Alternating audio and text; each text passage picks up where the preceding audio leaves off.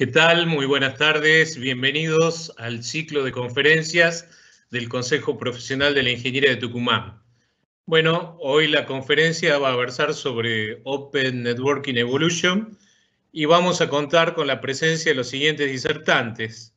El señor Darío Peñín, de Networking Specialist Partner and District LATAM, de Dell Technologies, y el ingeniero de preventa Giancarlo Fabro, de Excelcom. ¿Sí? Bueno, muchas gracias por participar y bueno, le doy el pase para que comencemos inmediatamente con la charla. Muchas gracias. Bárbaro, muchísimas gracias por esta oportunidad. Agradecer al Consejo, agradecer a Excelcom también por brindarnos esta oportunidad de charlar un poco sobre esta interesante tecnología. Bueno, mi nombre es Darío Peñín, como comentaban, trabajo y pertenezco a Dell Technologies. Mi rol es el desarrollo de esta tecnología para toda Latinoamérica, ayudando a nuestros clientes a esta evolución interesante con lo que respecta a redes, ¿sí? También nos acompaña Giancarlo Fabro, de Excelcom, que es uno de nuestros partners estratégicos, donde desarrollamos interesantes soluciones para nuestros clientes. Así que vamos a estar compartiendo esta presentación entre ambos. La idea de la presentación era arrancar un poquito contando sobre la evolución y cómo estamos posicionados. Algo que es interesante es cómo la tecnología fue evolucionando y cómo todo fue evolucionando a partir del tiempo, ¿no? No solo desde el punto de vista tecnológico, sino desde el punto de vista de la ropa, de cómo nosotros empezamos a utilizar distintos dispositivos, distintas aplicaciones con fines para ayudar mucho más a nuestra vida diaria, ¿no? Hay algunos ejemplos que son interesantes.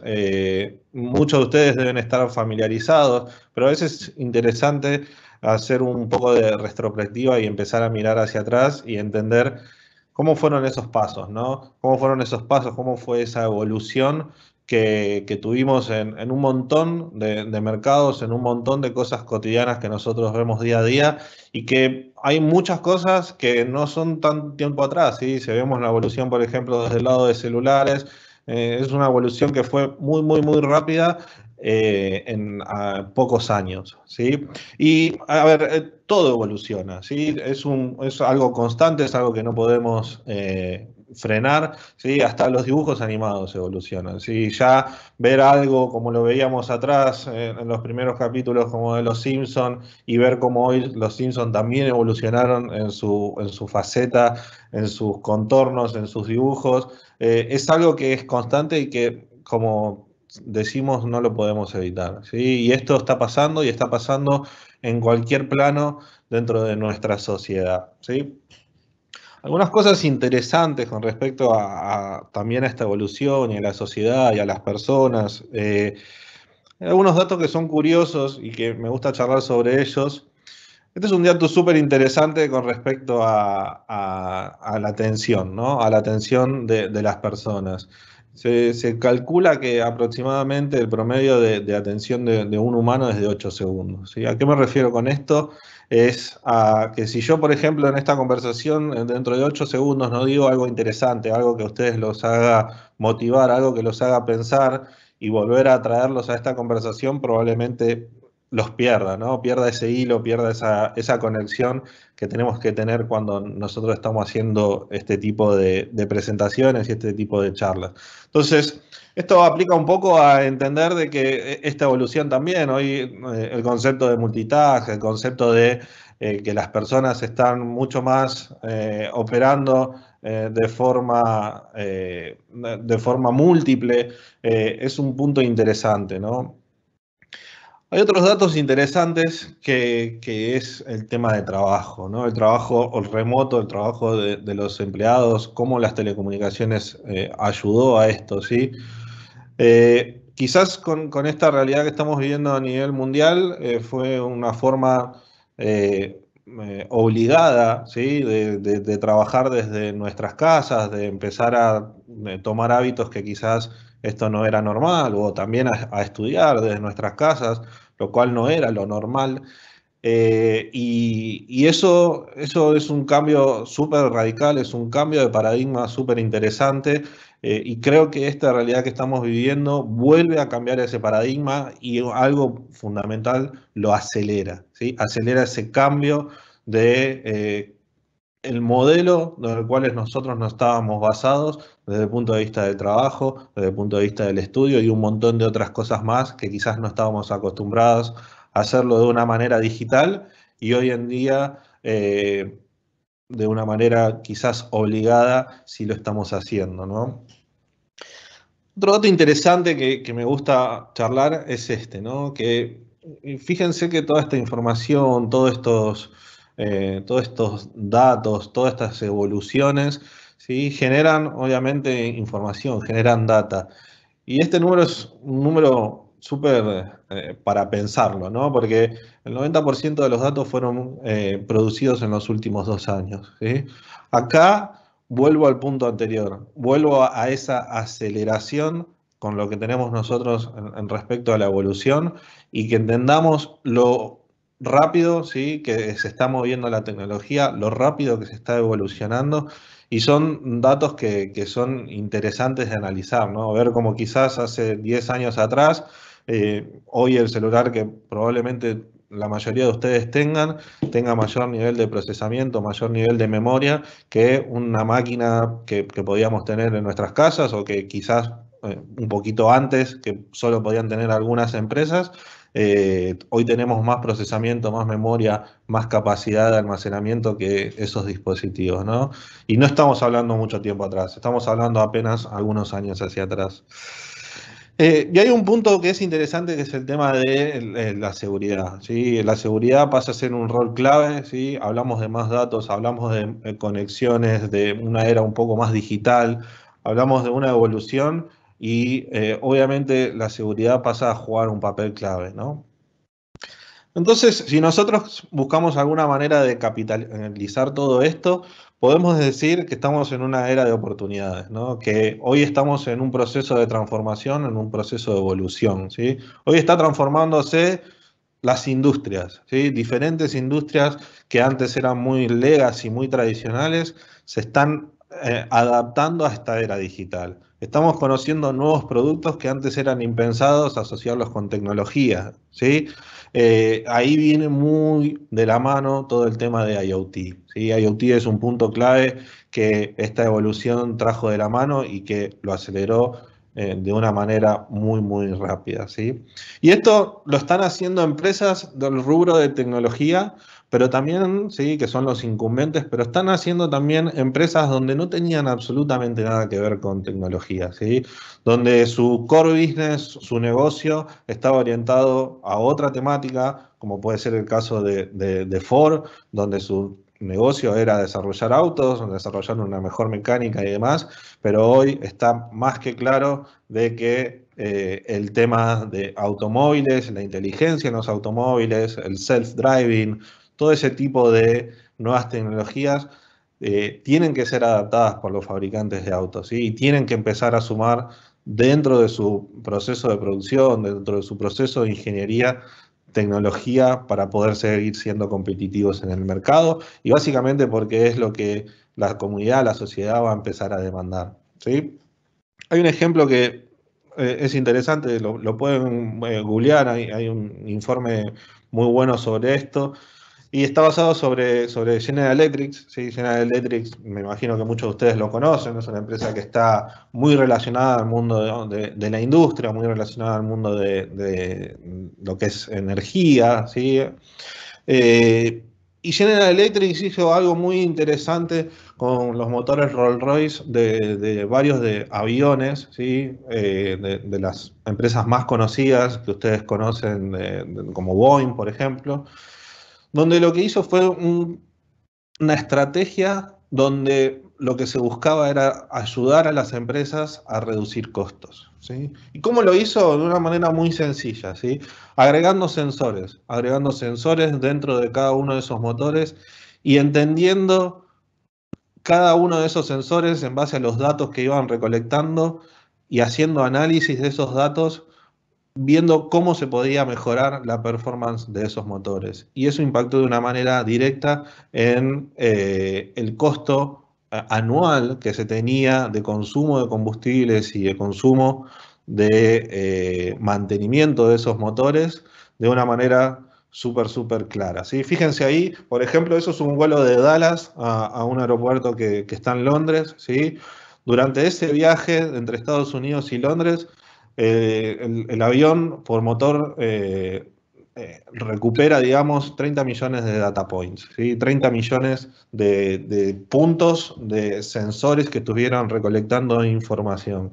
Toda esa información fue analizada en base a diferentes vuelos que se estuvieron haciendo y con tan solo, ¿sí?, en algunos cambios con respecto al consumo, con respecto a diferentes factores de ingeniería, pudieron reducir el consumo de un avión únicamente en ese tramo en un 2%, ¿sí?, lo que le representó a la compañía un ahorro de 20 millones de dólares por año, ¿sí? Esto es un documento que ustedes pueden encontrar en internet de una manera muy sencilla y esto es tecnología, ¿sí?, aplicada, en este caso, a mejorar el consumo, ¿sí?, obviamente a reducir los costos, que es lo que una empresa trata de hacer casi siempre, y esto no lo podría haber logrado de otra forma que no fuera con tecnología, ¿sí?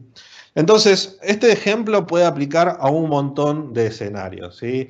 Hoy los datos están por todos lados, ¿sí? Hoy el concepto de IoT, el concepto de recolección de datos a través de diferentes sensores están en absolutamente de todos lados.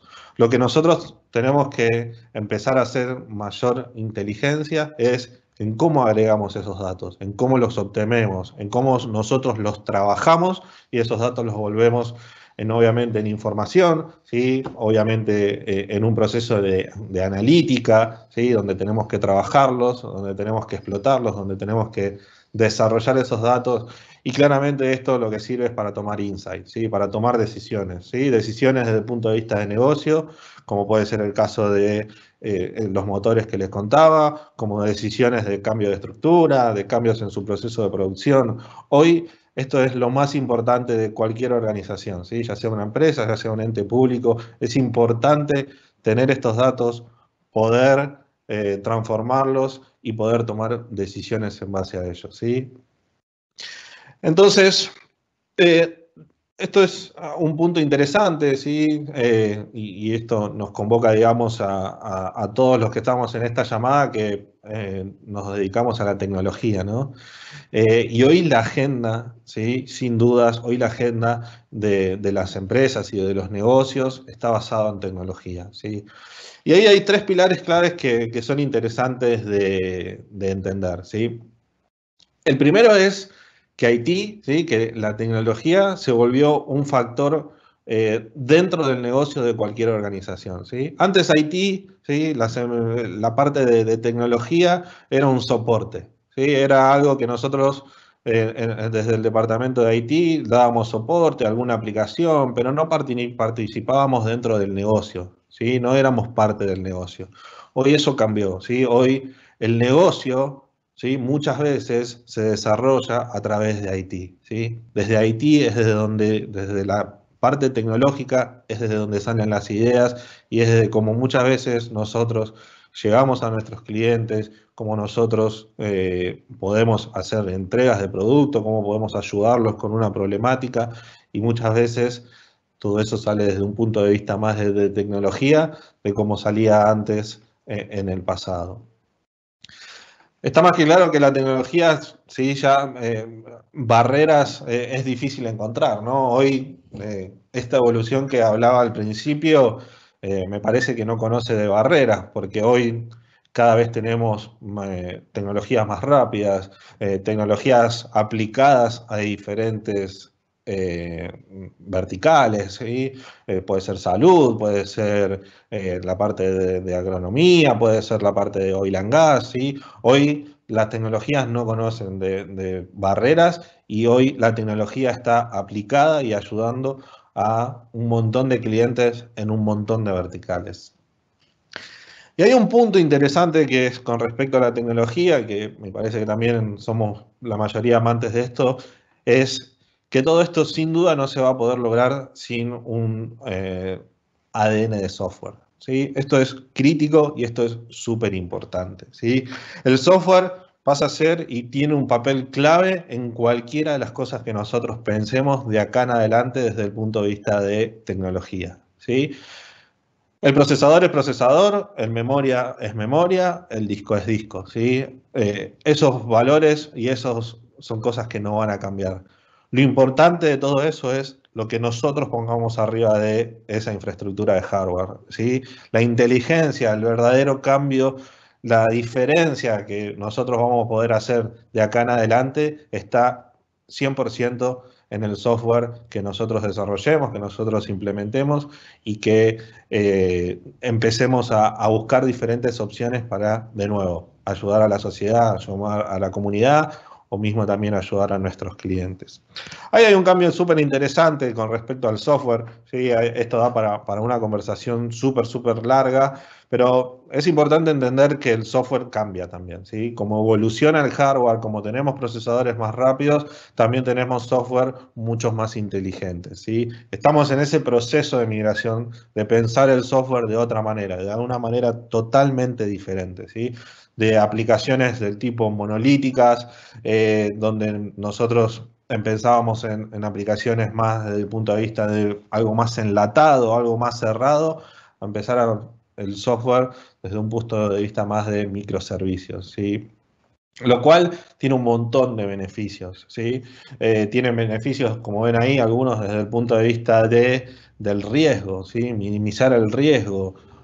Hoy hay software corriendo en aplicaciones súper críticas o súper de negocios, súper importantes para las empresas y que si ese software, si cualquier impacto que tenga esa aplicación puede impactar directamente en su negocio, ¿sí? Cuando hablo de su negocio no hablo solo de una venta, sino si estoy hablando de un software hospitalario, estoy haciendo un impacto fuerte sobre la salud de la gente. Si estoy hablando de un software que está corriendo en un yacimiento petrolero, estoy impactando en la extracción. Entonces es importante entender eso, ¿no? Nosotros tenemos que hacer mayor eficiente el software, tenemos que minimizar la mayor cantidad de riesgos posibles, ¿sí? Y microservicios es un concepto lindo para poder abordar esta nueva realidad que nosotros tenemos en nuestro día a día, ¿sí? Con nuestros clientes. Entonces, avanzando un poco en la presentación, me gustaría que si tienen algunas preguntas puedan hacerlas. Tienen la cajita ahí de Q&A o me imagino que también tienen el chat para poder hacerlo. Estamos dispuestos a las preguntas que quieran.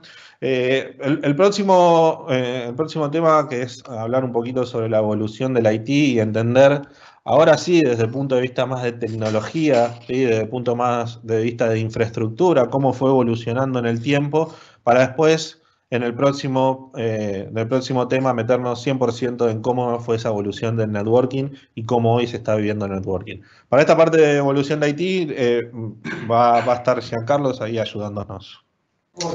Bien, buenísimo. Gracias, Darío. Bueno, como comentaba Daro anteriormente, vamos a estar totalmente abiertos a cualquier consulta o duda que surja. La idea es poder ir pasando lo más rápido posible. Tenemos una hora un poquito más y queremos abordar todos los temas porque, como mencionábamos antes, es algo muy importante que hoy la actualidad está necesitando. Hay que mostrarlo, esto en muchos lados no se conoce, así que la idea siempre de nuestro lado es ayudar a ser muy buenos comunicadores y bueno, empezar a ayudar a esta evolución en la transición de la transformación digital, que seguramente muchos ya habrán escuchado esa frase. Así que nada, ahora ya nos metemos de lleno en lo que es la evolución del IT, ya hablando de infraestructura y del data center propiamente dicho. Un pequeño gráfico de cómo se ha dividido en tres fases, por así llamarle, la evolución. Obviamente las evoluciones siempre son paulatinas y por lo general cuenta de un pasado y para poder ir al presente hay que evolucionar del pasado al presente, tener que hacer un paso previo para poder dar el siguiente paso. En este sentido, lo que queremos mostrar es que al principio todo lo que era el mainframe computing, en donde la arquitectura que se desarrollaba era una arquitectura en ese momento que funcionaba, pero que hoy en día se la ve como una arquitectura totalmente cerrada, en donde uno ve un log vendor que se le dice, donde quedas totalmente añadido a la evolución que tenga la marca que adquiriste en ese momento. Entonces el mainframe en su momento hacía networking, cómputo, storage, y teníamos los terminales, no quiero decir la palabra tonta, pero eran terminales que no eran smart, digámosle, pero que en su momento esa arquitectura funcionaba, y el networking, sumado por, si no recuerdo mal, SNA, una arquitectura de IBM, si mal no me falla la cabeza, era como interconectaba estos dos mundos del mainframe hacia los terminales no inteligentes. Con la aparición de los servidores y los workstation x86, con Unix también de la mano, vemos cómo evolucionamos hacia lo que es el server computing, en donde ya estamos hablando de una arquitectura cliente-servidor. Ya el networking evoluciona a lo que es el protocolo IP, y como pueden ver, la parte del usuario final empieza a absorber y a tener sentido también tener un poder de cómputo, porque también los datos han ido evolucionando en el tiempo, y así también los dispositivos finales. Avanzando ya, que es donde nos encontramos hoy, pasando de esta evolución del cliente-servidor hacia el cloud computing, que es lo que hoy estamos en transición con la transformación digital, estamos yendo a donde las cargas de trabajo han cambiado, donde los datos tienen que estar disponibles las 24 horas, los 7 días de la semana, desde cualquier lugar y desde cualquier dispositivo. El Software Defined Network es la nueva arquitectura. Vimos que era el SNA en el mainframe, vimos que era el IP en el cliente-servidor. Bueno, hoy la nueva arquitectura está buscando, como mencionaba Darío al principio, que el software cobre sentido en la evolución. Así que bueno, el Software Defined Network es la nueva arquitectura que se viene. En algún momento va a ser indefectible, por lo cual las empresas tienen que empezar a evolucionar, y ahí es donde, bueno, empiezan a cobrar sentido estas charlas que por suerte se están organizando a nivel nacional y obviamente mundial. Ya pasando a lo que es la apertura en la industria del cómputo, se genera por esta evolución. Obviamente podemos ver que lo que era el mainframe con los terminales no inteligentes, y lo que es el server computing o el cliente servidor en la parte derecha de la gráfica, vemos como una arquitectura totalmente cerrada. La industria de a poco empieza a ver que no se puede quedar añadido a una sola marca y a un solo pensamiento. Esto hace una apertura total de la industria, en donde empiezan a surgir nuevos jugadores, que vamos a ver en el slide siguiente, pero que fundamentalmente se justifica en donde se busca la reducción de costos, como se menciona, el traslado de la evolución de la tecnología IT a lo largo de toda la empresa, y esto aprovecha a que se produzca una aceleración de la innovación dentro de cada línea o de cada stack de la pila que vemos en lo que es el cliente-servidor. Sigue pasando al otro slide, si querés, Daro. Acá cobra sentido cómo se veía en un pasado.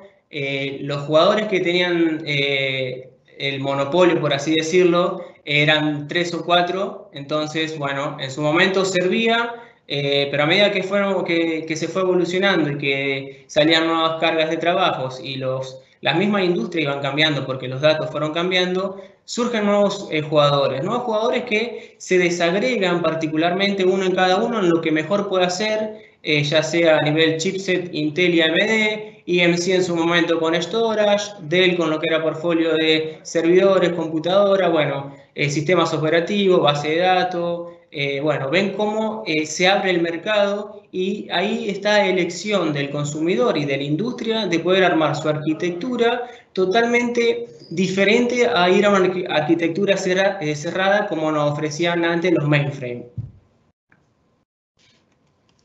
Si seguimos avanzando, vemos cómo así vinimos del mainframe hacia la arquitectura cliente-servidor. Lo que se nos está presentando hoy en día es la evolución del cliente-servidor al cloud computing. Entonces, el cloud computing lo que nos viene a agregar es este software defined, en donde la idea y donde mejor cobra sentido es desagregar la funcionalidad del software sobre el hardware y que cada uno, de acuerdo a la industria y de acuerdo al tipo de producto y a cómo evolucione esa industria, se pueda correr ese sistema operativo. Entonces van a haber sistemas operativos que para algunas industrias en determinados dispositivos funcionen y para otras no. Entonces ese dispositivo tiene que ser flexible y poder ofrecerte a vos la posibilidad de que vos elijas qué sistema operativo montar para sacar provecho a tus operaciones. Obviamente esto se traslada en que tu compañía o tu empresa se adapta con esta transformación digital, mantiene la competencia con respecto a la tecnología y eso por supuesto que se va a traducir al fin y al cabo en una mejor facturación, en una mejor impresión a los clientes, porque vas evolucionando en el tiempo y te vas adaptando a la tecnología actual.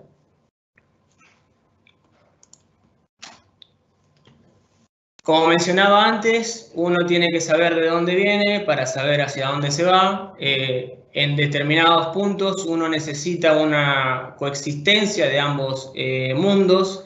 Vemos, por ejemplo, que a nivel del acceso, cuando se genera el client computing, tenemos que buscar la forma de emular un mainframe anterior. Entonces nace esa posibilidad de en una computadora poder emular un mainframe, porque todavía tu proceso productivo depende de ese mainframe mientras vos vas cambiando toda tu infraestructura, como así ahora en el salto al cloud computing, donde ya empieza a cobrar sentido lo que es el VDI, que es la virtualización de escritorios, en donde ya no solamente se necesita tener, no sé, por decirles 100 PCs, que las 100 PC tengan los 100 discos, los 100 GB de RAM o lo que fuera, y hoy eso se nuclea en un dispositivo y se distribuye o se hace un pool de recursos para hacer ahorro de energía, ahorro de espacio y demás bondades que te da.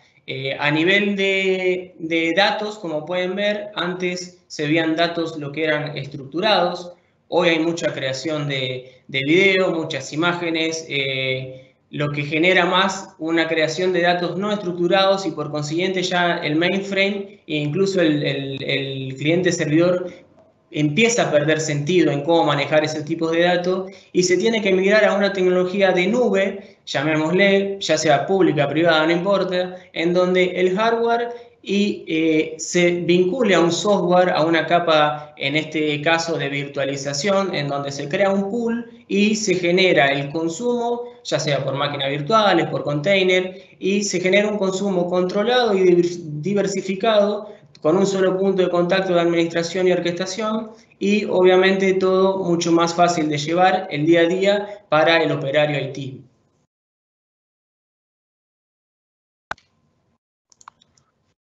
Ok, volviendo un poco ahora y avanzando, digamos, a la parte de la evolución de las redes, ¿sí? Que es, digamos, el tema central de la charla.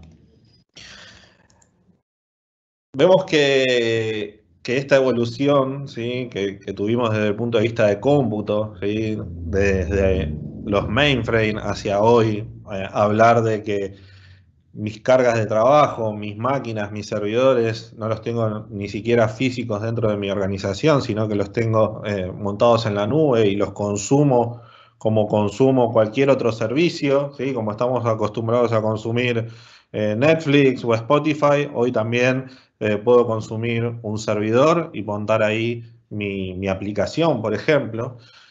cómo la migración de ese dispositivo que antes era sin inteligencia, después pasó a ser una computadora y hoy tengo un dispositivo móvil donde a través de una red por aire puedo consumir de esa aplicación, hacer uso. Obviamente en el medio también una evolución de las redes, ¿sí? Esa evolución de las redes, desde el punto de vista de los mainframe, era una red propietaria, era una red donde estaba desarrollada y estaba pensada para utilizarse dentro del mismo entorno, ¿sí? ¿Qué es lo que pasa cuando entramos en el mundo del x86, donde este tipo de infraestructura se empezó a hacer más masiva, donde a través del procesador x86 yo podía montar diferentes sistemas operativos y a su vez arriba de ese sistema operativo yo podía montar diferentes aplicaciones? Empezaron a haber más desarrolladores de aplicaciones, más desarrolladores de sistemas operativos, y eso se volvió a ser un ecosistema de empresas y de personas aportando a la comunidad del software, ¿no? Y desde el punto de vista de redes, ya necesitábamos un stack en el mundo de redes que no sea propietario, que también sea estandarizado y que pueda utilizarse por los diferentes dispositivos, que se puedan utilizar por los diferentes fabricantes de servidores, por los diferentes fabricantes de client, y ahí es donde las redes empiezan a hacerse un poco más genéricas. Pero no perdieron un condimento puntual las primeras redes que fueron propietarias también, ¿sí? Si bien se empezaron a hacer estándares donde se trabajaba bajo diferentes normas, ¿sí? El estándar de 1 giga, el estándar de Fast Ethernet, el estándar de autonegociación, el estándar de crear una VLAN, el estándar de calidad de servicios, fueron todos estándares que se fueron agregando. El problema que había en ese momento es cómo cada fabricante de networking aplicaba ese estándar, ¿sí? Y ahí es donde empezó un poco el juego a que cada uno de esos fabricantes empiecen a encerrarse y vuelvan a generar arquitecturas propietarias, ¿sí? Ahora vamos a entrar un poco en el detalle en ese gráfico del medio, pero con respecto a dónde hoy estamos parados, a dónde hoy estamos yendo a esto, ¿no? Al concepto de, como decía Jean, al concepto de software defined, ¿sí? Hoy el mundo de tecnología habla de software defined, ¿sí? La letrita del final puede variar, puede ser software defined networking, puede ser software defined storage, puede ser un montón de software defined que básicamente aplica a lo que yo comentaba antes. El que maneja toda esta estrategia es el software, ¿sí? El hardware es un hardware tradicional que es cómputo, memoria y almacenamiento, ¿sí? Y eso no va a cambiar. Entonces, el software más innovador, el software más abierto, el software que más se adapta a las necesidades de nuestros clientes, ¿sí? Son básicamente el software que va a prosperar, ¿sí? Y la evolución hoy está basada en lo que respecta a networking en ese software, ¿sí? Hoy ya no se habla de networking y no se habla tanto de el hardware, porque el hardware pasa a ser una especie de commodity, pasa a ser algo genérico, donde todos los fabricantes, no todos, pero gran parte de los fabricantes empezamos a utilizar el mismo hardware, y lo que nos va a diferenciar, ¿sí?, de un fabricante de otro es el software que nosotros montemos arriba, las funcionalidades que nosotros montemos arriba, ¿sí? Ahí es donde radica la mayor diferencia. Entonces, entrando a la arquitectura actual, ¿sí?, a cómo hoy está el concepto de las redes, ¿sí?, cómo hoy las empresas y las organizaciones están empezando a pensar en las redes, están empezando con un concepto mucho más abierto, ¿sí? Es de ahí donde viene el concepto de Open Networking, ¿sí?, de redes abiertas. Como les decía antes, este es un stack. Imagínense que todo este gráfico que están viendo ahí es un switch, ¿sí? Imagínense que ese es un stack de cómo el switch está conceptualmente diseñado, ¿sí? Donde yo tengo un silicon que no deja de ser ni más ni menos que el NPU, digamos, el procesador, ¿sí?, la inteligencia, el cerebro del switch, ¿sí?, que hoy hasta cualquiera de nosotros podríamos comprar un NPU y fabricarnos nuestros propios switches, ¿sí? Es algo totalmente tradicional y estándar. De ahí viene el segundo punto, ¿no? Ese silicon es Open Standard Hardware, o sea, eso lo puede tener Dell Technologies, como lo puede tener cualquier otro fabricante, como mismo lo pueden tener ustedes sin ningún problema y desarrollar su propio switch. Donde radica la mayor diferencia es en lo que sigue por encima dentro del stack, que es el sistema operativo, ¿sí? ¿Qué es lo bueno de esto y qué es lo que está pasando hoy en las redes? Lo mismo que pasó en servidores, ¿sí? Volvamos un segundo al slide anterior, ¿sí? Cuando ustedes tenían el mainframe, lo que tenían eran un hardware y un sistema operativo montado dentro de ese hardware que era irreemplazable, ¿sí? Se diseñó el hardware y el sistema operativo de la mano en conjunto y no de ninguna manera ese hardware y ese sistema operativo podían ser separados. Cuando apareció x86, cuando aparecieron los CPU, los procesadores estándar, eso tenía una hoja de instrucciones donde yo podía montar mi sistema operativo y consumir de esas instrucciones y de ese procesador como yo quisiera, ¿sí? Y ahí es donde hoy tenemos la multiplicidad de sistemas operativos que hay en el mercado, ¿sí? Tenemos para los consumidores de Windows, tenemos Windows, pero para los consumidores de Open Source tenemos cientos de distribuciones de Linux, hay Unix, hay sistemas operativos de iOS, y eso pasó básicamente con la evolución de x86. En el networking está pasando lo mismo, ¿sí? Hoy nosotros vamos a un concepto y todas las empresas o gran parte de las empresas de networking van a un concepto abierto donde el usuario del dispositivo define el sistema operativo que quiere utilizar en base a sus necesidades, ¿sí? ¿Por qué? Porque hoy el sistema operativo de un switch y el hardware de un switch, por ejemplo, no tienen que ir de la mano, ¿sí? Es el mismo concepto de un servidor, donde yo puedo tener en el mismo servidor corriendo o Windows, o un Linux, o un hipervisor y montar arriba diferentes sistemas operativos. Eso es hoy cómo está el networking empezando a moverse, ¿sí? Ahora en un ratito les voy a contar un ejemplo de esto que es súper claro. El otro punto que estaba empezando a ver en networking es se empieza a hablar de un concepto de controlador, ¿sí? Se empieza a hablar de un concepto de dejemos de ver el networking como switches, ¿sí? Separados, interconectados, y empecemos a a ver el networking como un fabric, como una bolsa de recursos de redes dándole servicio a nuestra infraestructura que está por debajo. Ahora también voy a entrar un segundo en este punto para que lo entendamos.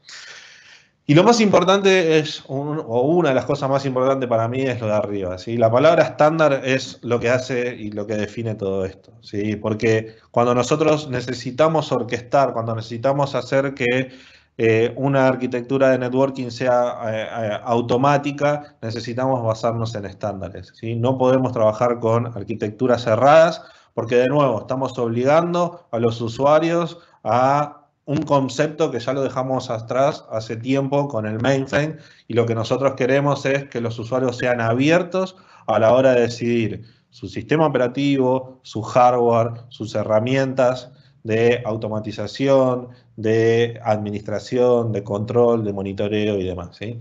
En la industria hay muchos jugadores, ¿sí? Desde el punto de vista de procesadores, desde el punto de vista de hardware, de sistemas operativos, de soluciones de controladoras basadas en SDN y herramientas de orquestación, automatización. Hay montones, ¿sí? Cientos de estas herramientas. Hay algunas que obviamente son pagas, hay algunas que son open source. Hoy el mundo de automatización está muy desarrollado y está adoptando de una manera muy fuerte todo lo que es Ansible, ¿sí? Ansible está siendo la herramienta pionera en la mayoría de las organizaciones y que si pueden dedicarle un tiempo para verla, para probarla, para usarla, va a ser algo súper productivo para ustedes. Desde el punto de vista de los fabrics, ¿sí? Cuando yo ¿sí? Me siento con un cliente y hablamos de una solución de redes para su data center y cómo nosotros tenemos diferentes opciones de poder armar. Básicamente lo que yo pienso es una estructura como esta, ¿sí? Y hoy es los que los grandes data centers están utilizando y ahora les voy a mostrar el porqué. Entonces, hoy esto es una arquitectura tradicional de cualquier cliente, ¿sí? Obviamente al tener tantos racks implica que debe ser un cliente mediano para arriba, ¿sí? Básicamente cada uno de esos racks va a tener equipos de cómputo, pueden ser servidores, pueden ser storage, básicamente son equipos que son cargas de trabajo. Y lo importante dentro de las redes es cómo yo le doy soporte de conectividad a todas esas cargas de trabajo, ¿sí? Cómo yo administro, ¿sí? A la mayor rapidez el dato que está en este servidor, por ejemplo, ¿sí? Y necesito que sea accesado a este storage que está en el otro rack, ¿sí? Yo necesito empezar a armar de este tipo de arquitecturas, ¿sí? Con diferentes tecnologías que hoy en día el mercado está empezando a adaptar, ¿sí? Como les decía, esto es una arquitectura tradicional, esto puede ir variando. Hoy en el mercado se está adoptando la arquitectura de Spinal Leaf, ¿sí? Spinal Leaf hoy es el estándar innato de la industria para arquitecturas de networking dentro del data center, ¿sí? Spine y los Leaf, o también conocidos como los tope de rack. Esa es, digamos, la arquitectura que hoy la mayoría de nuestros clientes están adoptando y que la mayoría de los vendors estamos impulsando, ¿sí? Obviamente esto se puede complejizar dependiendo la magnitud de la necesidad del cliente en cuanto a data center. Puede haber una capa por encima para los grandes data centers que se suele llamar como un super spine. Hay un montón de protocolos hoy que se están aplicando a este tipo de arquitecturas. VXLAN es un protocolo que hoy tomó muchísima importancia dentro de las redes de data center. Básicamente VXLAN nos da muchísima más crecimiento de los que nos podían dar una VLAN tradicional, para los que son un poco más técnicos. Tiene un crecimiento muchísimo más grande, tiene la posibilidad de atravesar vínculos de capa 3. Básicamente es una tecnología que hoy la mayoría de los fabricantes estamos utilizando para nuestras arquitecturas de networking en data center, ¿sí? Y después hay otros protocolos que también están empezándose a adaptar, como BGP y VPN, ¿sí? BGP y VPN es un protocolo que también estamos utilizando para todo lo que es el control plane dentro de una arquitectura de networking de data center. A lo que quiero ir es, tanto VXLAN como BGP como VPN son protocolos estándares. Son protocolos que no son ni de Dell, no son ni de otros fabricantes, sino que son protocolos estándares y hoy la industria está empezando a utilizar y a demandar este tipo de soluciones. Protocolos estándares, soluciones estándares y no soluciones cerradas. Obviamente hay una evolución muy grande también en lo que respecta a velocidades, ¿sí? Hoy estamos hablando de velocidades de 400 gigas, ¿sí? Hoy digamos que es la velocidad en los grandes data centers de cómo se interconectan básicamente en las conexiones de entre un spine y un super spine. Y hoy son velocidades que los grandes data centers están utilizando, ¿no? Obviamente la velocidad va muy de la mano de la necesidad de cada uno de los clientes, ¿no? Para llevar un poco esto más a la realidad, digamos, y para los que quizás no están tan familiarizados con este mundo del data center y estos protocolos y demás, quería traer este ejemplo, que es un ejemplo súper interesante, que es el de Facebook, ¿sí? Facebook, cuando uno piensa, digamos, ok, ¿cómo estarán las redes de Facebook, ¿no? ¿Cómo serán las redes de Facebook? Porque hoy Facebook con billones de usuarios y con cada vez más servicios, ¿sí? Me refiero a que antes Facebook era subir un comentario y fotos y después Facebook fue creciendo y hoy tiene Instagram, hoy tiene servicios de video, servicios de streaming en vivo, la necesidad del cómputo, del almacenamiento y de las redes, como esta empresa, fue un crecimiento exponencial. Y todo el mundo debe pensar, Facebook debe utilizar redes del fabricante más grande de la industria, ¿sí? de networking. Y quiero decirles que no, ¿sí? Una de las decisiones que tomó Facebook cuando empezó a armar sus propias data centers y empezó a sumar más y más servicios, fueron, sí, al principio sí utilizaban fabricantes de la industria de networking, como Cisco, digamos, que es el más conocido, pero rápidamente lo que empezaron a ver es que la parte de redes, ¿sí? Dentro del presupuesto de un data center era de más del 30%, ¿sí?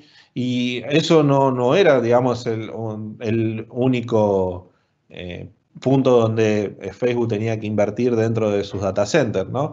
Entonces empezaron a diagramar y a pensar una estrategia de desarrollar sus propias redes, desarrollar su propio networking, ¿sí? Y es ahí donde Facebook toma la decisión de empezar a desarrollar su propio hardware, ¿sí? En conjunto con otros fabricantes de la industria, ¿sí? Apoyándolos en el desarrollo de la ingeniería, pero utilizando siempre chipset y soluciones estándares de la industria. Facebook hoy tiene dentro de sus data centers únicamente que switches, ¿sí? Y equipamiento de redes diseñados por ellos mismos. No utilizan ningún vendor de los que ustedes podrían conocer tradicionales dentro de la industria, ¿sí?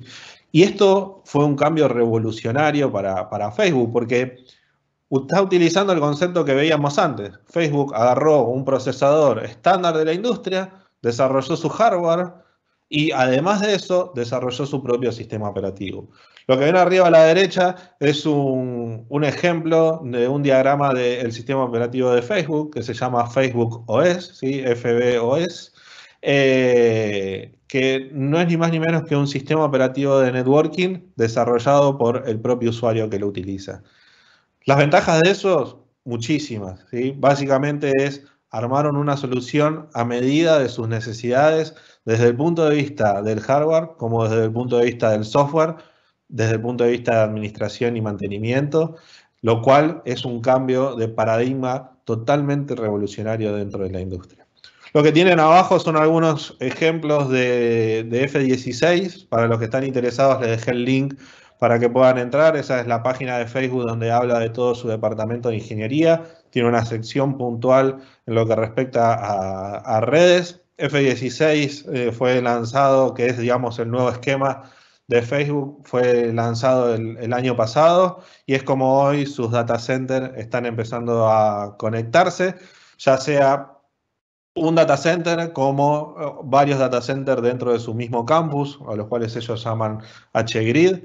Es un documento y un material súper interesante y básicamente lo que demuestra es esto, ¿no? Facebook detectó de que no podía utilizar jugadores por un tema de costo, que necesitaban armar una red 100% a medida. Obviamente Facebook, esto no lo va a hacer cualquier empresa, pero por ejemplo Microsoft también lo hace. Microsoft con su nube de Azure no utiliza un sistema operativo conocido en la industria, sino que Microsoft en Azure utiliza switches hardware nuestro con un sistema operativo que ellos mismos desarrollaron y que ustedes pueden usar también, entrando y bajándolo dentro de la comunidad. Se llama Sonic, como el personaje del videojuego, tiene ese mismo nombre. Ustedes buscan Microsoft Sonic y es un sistema operativo open source que también ustedes pueden utilizar. Tanto Sony como Facebook aportan a lo que se conoce al proyecto de Open Compute, ¿sí? Open Compute Platform, OCP, que básicamente es diferentes jugadores de la industria aportando a que el mundo de redes, el mundo de cómputo y el mundo de almacenamiento sea un mundo basado en estándares y no en algo cerrado.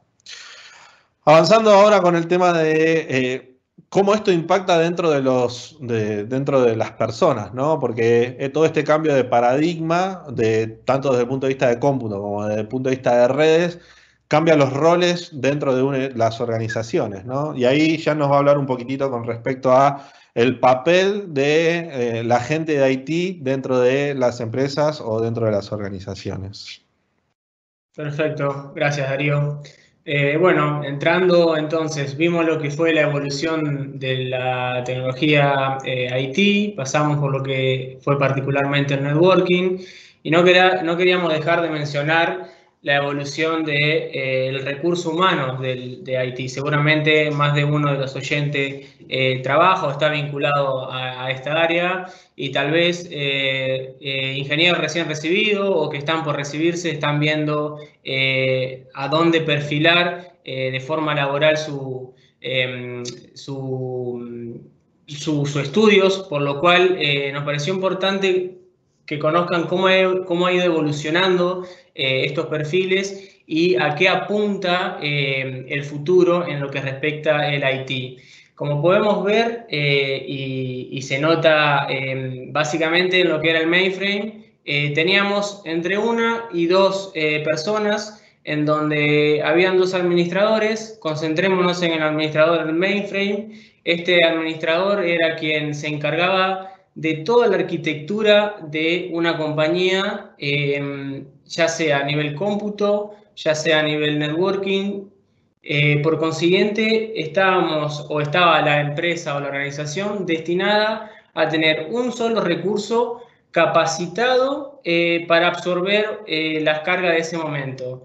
Por lo cual, si llegara otro producto a futuro, la flexibilidad que había al no tener otro recurso con una mente o una formación más abierta, iba a haber una línea, una curva de adaptación a esa nueva tecnología mucho más larga. Por consiguiente, lo que es la parte de cliente-servidor y ya lo que es cloud computing, vuelven a aparecer nuevos escenarios, nuevas posiciones.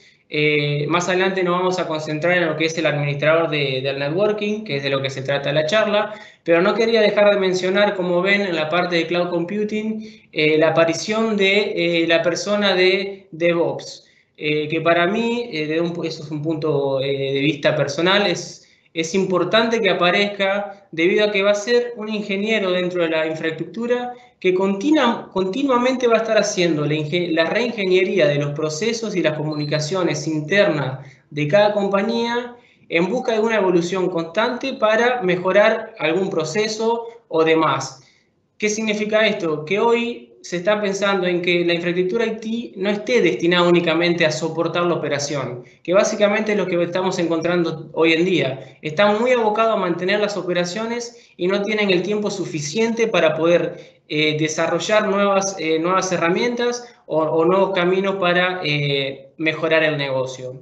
Así que bueno, concentrándonos en lo que es el administrador de networking, pasando al siguiente slide. Vemos que en su momento se sentía o se pensaba que al certificarlo en alguna marca, en este caso Cisco, quedaba propiamente ajustado a esa tecnología. Lo que mencionaba anteriormente, no es flexible a ningún cambio, no es flexible a absorber una nueva carga de trabajo, a un nuevo producto. Por lo cual, indirectamente, la compañía que tiene esa metodología se la supone no flexible. Hoy lo que te lleva el Open Networking, como mencionaba Darío, hay muchos creadores de software de networking que cada uno está especializado en alguna rama. Entonces, hoy, un administrador de networking no necesariamente tiene que estar certificado en un vendor, simplemente que conozca y bueno, manejará en ese momento el sistema operativo, ya sea, no sé, el OS 10 dentro de los switches de él o cualquier otro sistema operativo certificado que se pueda entrar en la plataforma.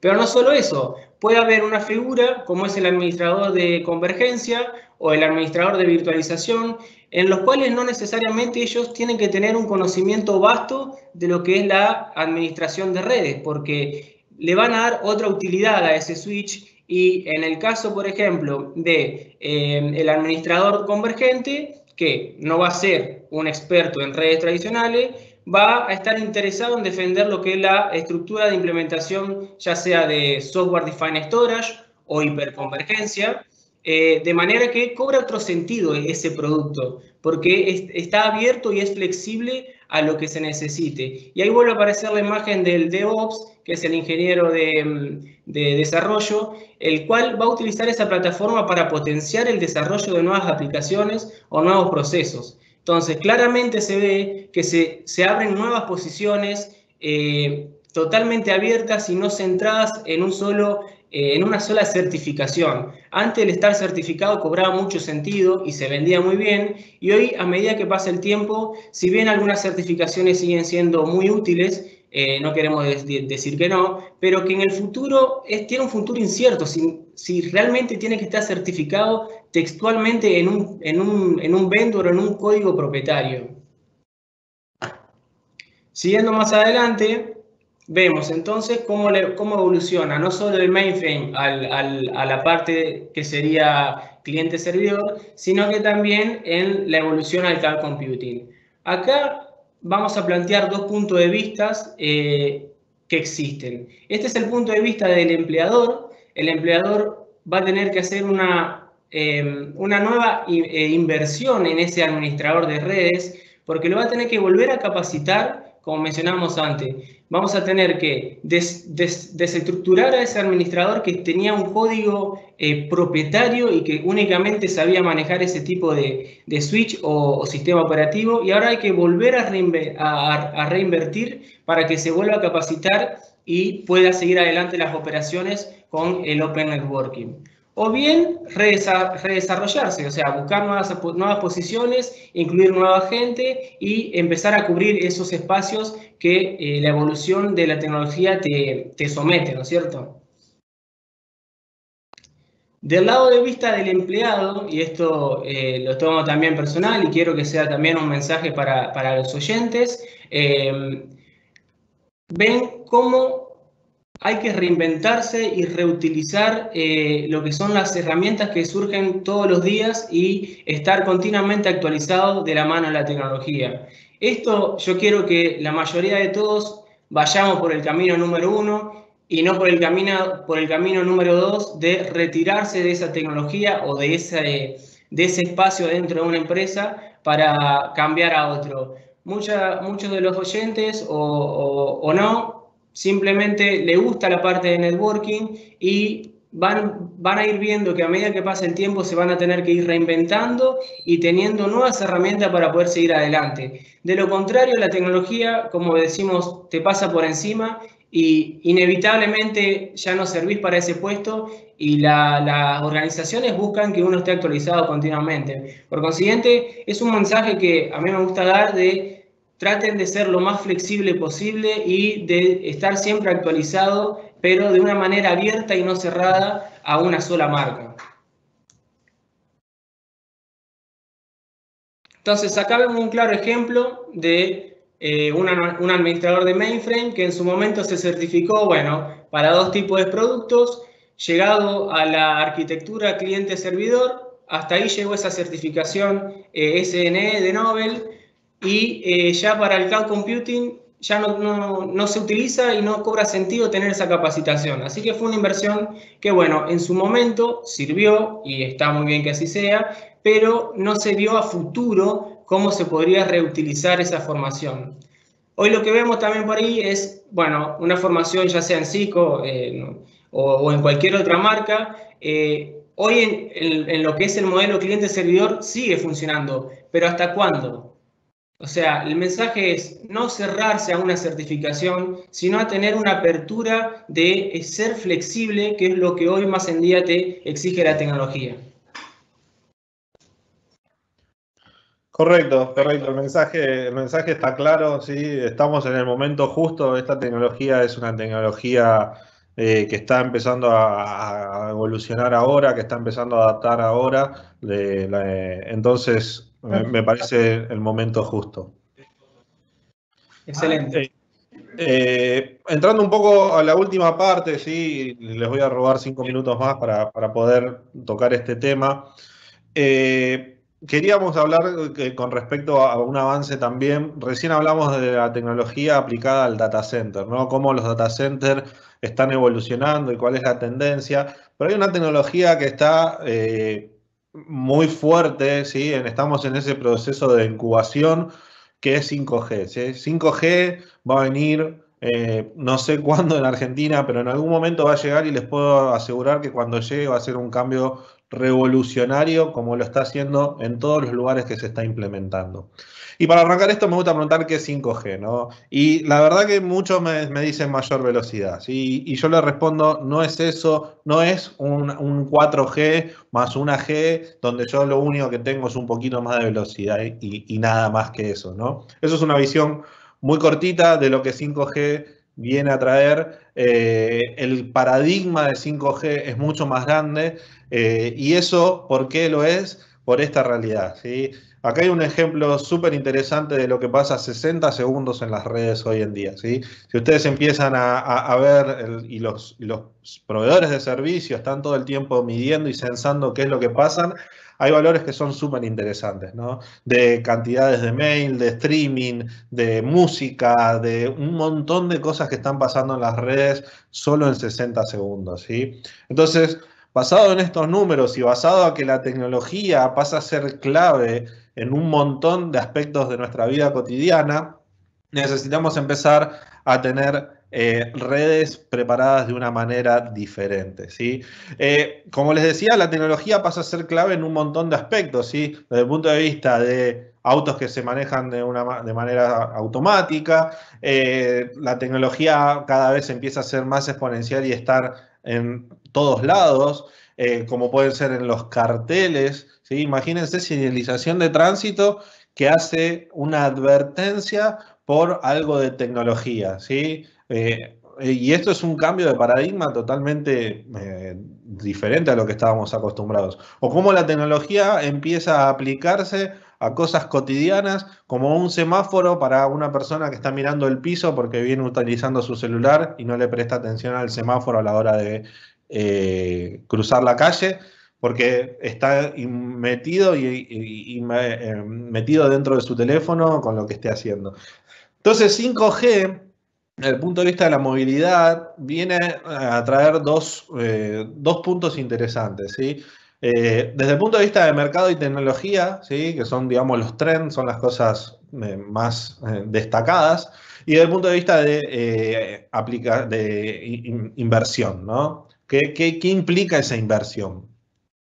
Voy a tocar solo un par de estos puntos. Me gusta tocar este punto porque es el más que nosotros vamos a ver quizás de una manera como usuarios tradicionales, que es el tema de servicios, ¿no?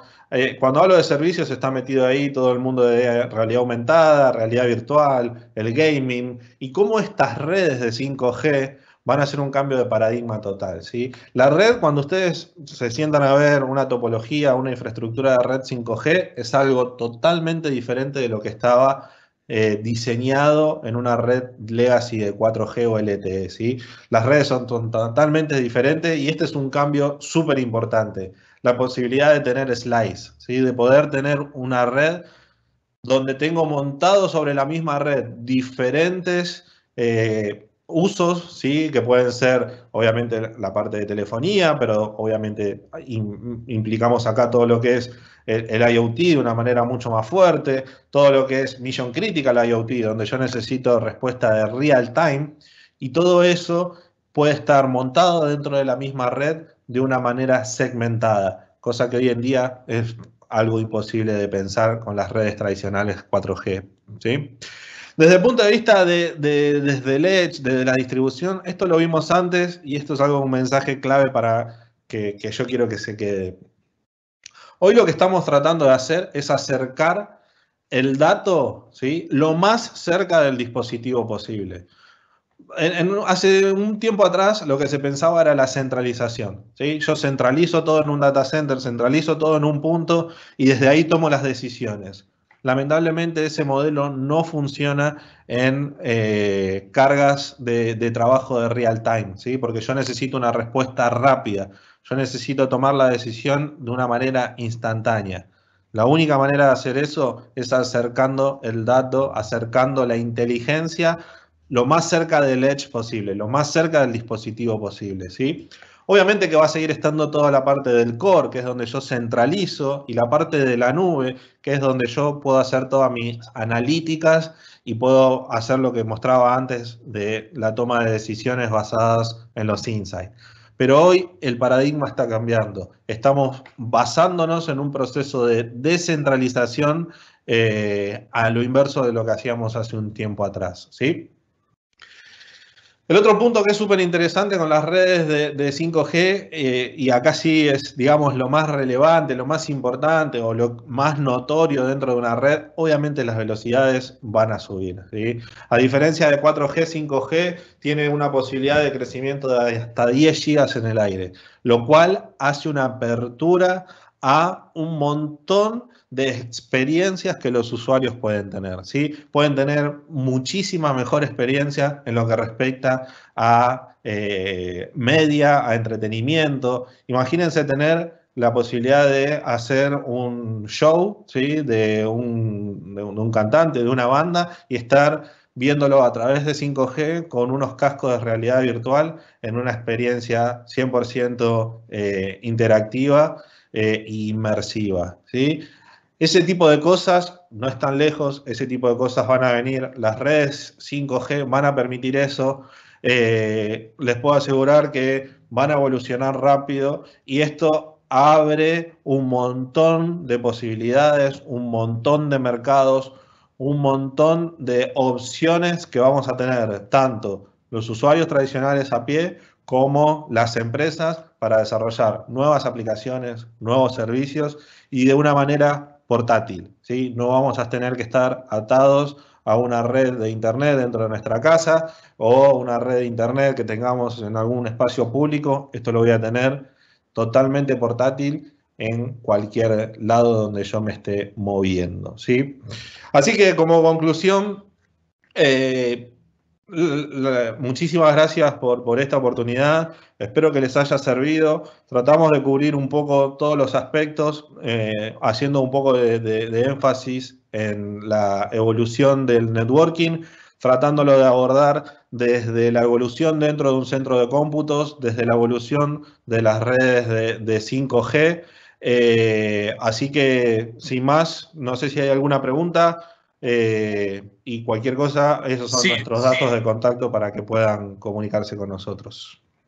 Tenemos algunas preguntas acá de los asistentes. Buenísimo. La primera de ellas dice, ¿qué porcentaje de empresas trabajan ya sobre el cloud computing? La verdad que con respecto a cloud computing, hoy las empresas, le puedo decir que están arriba de, a nivel mundial, arriba de un 75%. Ahora, esto es importante retomarlo. No están migrando 100% sus servicios o sus cargas de trabajos a la nube, al 100%, ¿sí? Hoy lo que estamos viendo son dos conceptos en nuestros clientes. El primero es el concepto de nubes híbridas. ¿A qué me refiero con esto? Una nube híbrida es una carga de trabajo dentro de mi data center y una carga de trabajo dentro de mi nube, que puede ser Azure, Amazon o la que la empresa decida. Eso es una nube híbrida. Y el segundo concepto que estamos viendo en nuestros clientes es la adopción del concepto de multicloud. ¿Qué quiere decir? Es que los clientes no están adaptando una sola nube, sino que están adaptando diferentes nubes para diferentes funcionalidades, diferentes cargas de trabajo.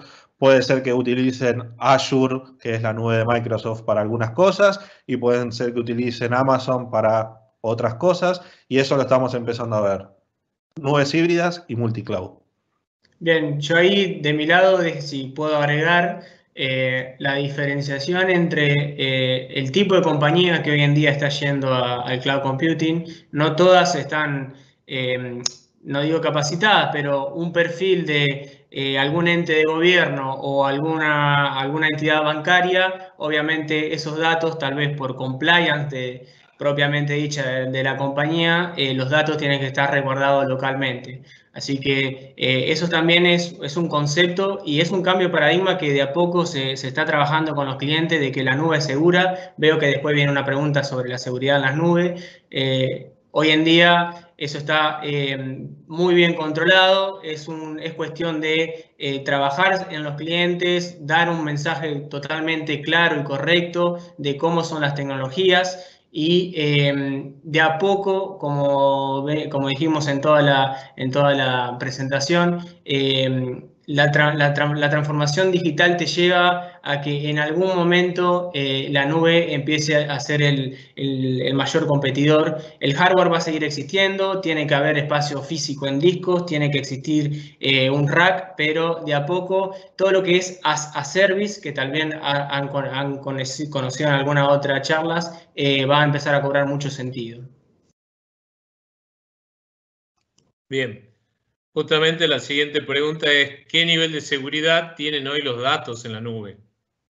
Sí, tal cual. Eso es un punto interesante y que genera mucha discusión y controversia, ¿no?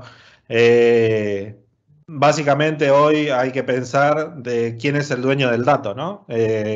Cuando muchas veces firmamos ese consentimiento, cuando trabajamos o utilizamos una red social, ¿a quién pertenece ese dato? Porque una vez que yo subo una foto o subo un comentario o cualquier dato de ubicación a una red social, ese dato dejó de ser mío, ¿no? Entonces eso genera una controversia desde el punto de vista de ese lado de seguridad.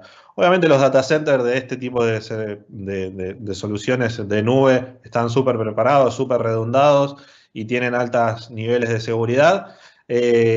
Ahí para el tema de seguridad podemos hacer una discusión súper larga, es interesante.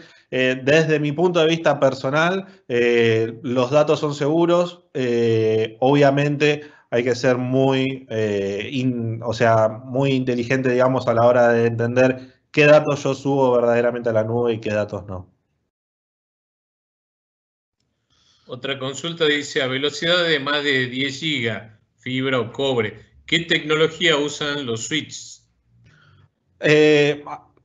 A velocidad de más de 10 gigas, hoy el método de conexión es fibra óptica, ¿no? Ahí hay varias opciones, hay diferentes estándares. Cuando ya se habla de velocidades de 25, 40, 100 o 400 gigas, ahí se trabaja 100% por fibra óptica. Hay estándares de QSFP, QSFP 28, QSFP 56, hay muchos estándares, pero siempre es basado sobre fibras ópticas monomodo, multimodo. La verdad que en eso la industria ha desarrollado bastante y hoy ya se está trabajando en un estándar basado en cobre para aplicaciones de 25 gigas. Otra consulta dice, ¿cómo sería el modelo de migración? ¿Qué porcentaje se puede llevar a la nube y cuánto mantener en el servidor físico? Bueno, eso es una buena pregunta y es una pregunta que es caso a caso, ¿sí? Porque hay que entender la realidad de cada uno de los clientes o la realidad de las organizaciones que están pensando en migrar a la nube. La tendencia que vemos de los clientes es empezar a migrar servicios donde el mantenimiento, la administración dentro del data center sea complicada, ¿sí? El caso más tradicional es empezar a migrar el mail como primera instancia, ¿sí? El mail, mantener un servidor de mail, un exchange, licenciamiento, espacio en disco, servidores y demás, es bastante difícil. Y la verdad que migrar el mail a la nube es lo que primero los clientes tratan de hacer. Después empiezan a probar con empezar a migrar servidores a la nube y empiezan a jugar ahí como les conviene, digamos, a un nivel de precio, de mensual. Entonces eso es caso a caso en cada uno de los clientes. No hay un porcentaje. Pero lo que sí estamos seguros es que no existe un cliente y no va a existir un cliente que utilice 100% nube pública y un cliente que utilice hoy en día, o cada vez son menos, ¿sí? Los clientes que utilicen un 100% de nube privada, ¿sí? Estamos empezando a ver ese híbrido en la mayoría de las organizaciones. Bien, ahí yo quisiera agregar, que viene muy de la mano de lo comentado por Darío, de mi lado, como Excelcom y los los negocios donde hemos estado presentes, veo mucha solicitud del espacio en nube como en lo que respecta a backup, digamos. Todo lo que es archiving, esto de mantener por compliance correos de hace 10 años, bueno, es un dato que mantenerlo y estar utilizando capacidad ociosa en el data center local, bueno, se propone de armar un tier de archiving en la nube y también en aquellas empresas donde un disaster recovery, tener un espacio físico alquilado, no es posible. Bueno, también es una opción donde entra en juego mucho el espacio en la nube. Bien. Nos consultan, por ejemplo, ¿cuál sería la recomendación para un data center de una empresa de comercio mediana con 10 sucursales y 200 estaciones de trabajo? A ver, ahí hay que analizar, digamos, el requerimiento del data center, ¿sí? ¿A qué me refiero con esto? Puede ser que ese cliente esté brindando servicios desde una de esas sucursales, brindando servicio hacia los otros 9 sitios. Puede ser que tenga en cada uno de las sucursales un servidor y networking y algún storage. Lo bueno, digamos, de la tecnología hoy en día es que todo ese tipo de diferentes arquitecturas es muy, muy dinámico, ¿no? Se puede armar muy custom, muy a necesidad de cada uno de los clientes, ¿no? Entonces, básicamente lo que nosotros tenemos que hacer es sentarnos siempre con los clientes, escuchar su necesidad, escuchar su problemática, también obviamente escuchar cuál es su presupuesto y en base a eso, a todas esas variables, ahí nosotros podemos armar una arquitectura.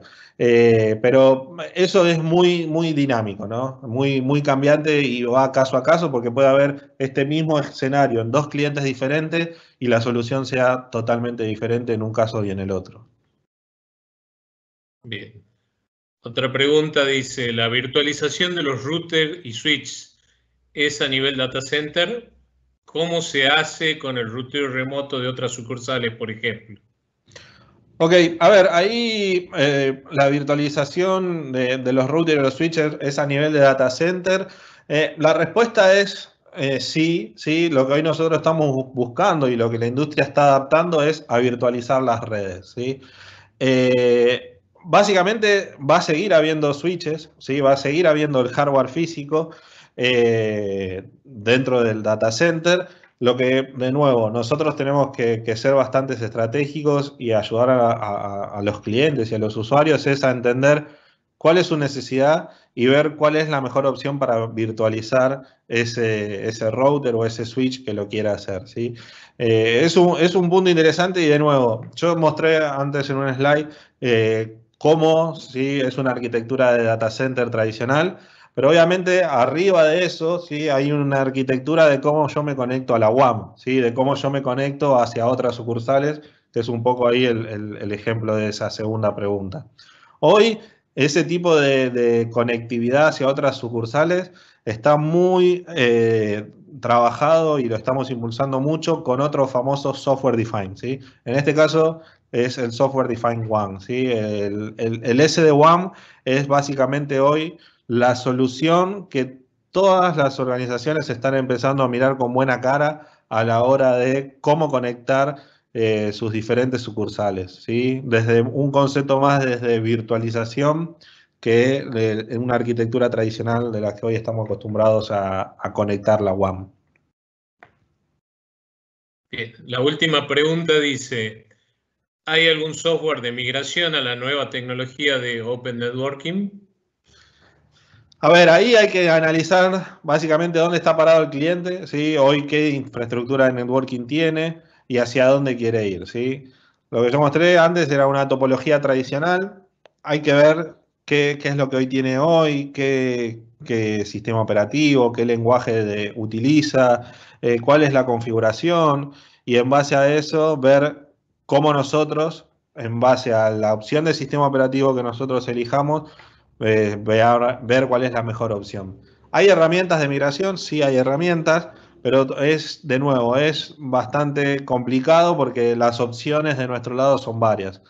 Entonces, de nuevo, lo que yo siempre recomiendo es, veamos la realidad del cliente, veamos hacia dónde es el camino correcto para ir hacia ese cliente y en base a eso ver cuál es la opción de migración más adecuada, ¿no? Lo que nosotros buscamos es un uptime, ¿sí? Una disponibilidad de los datos y del data center lo más alta posible.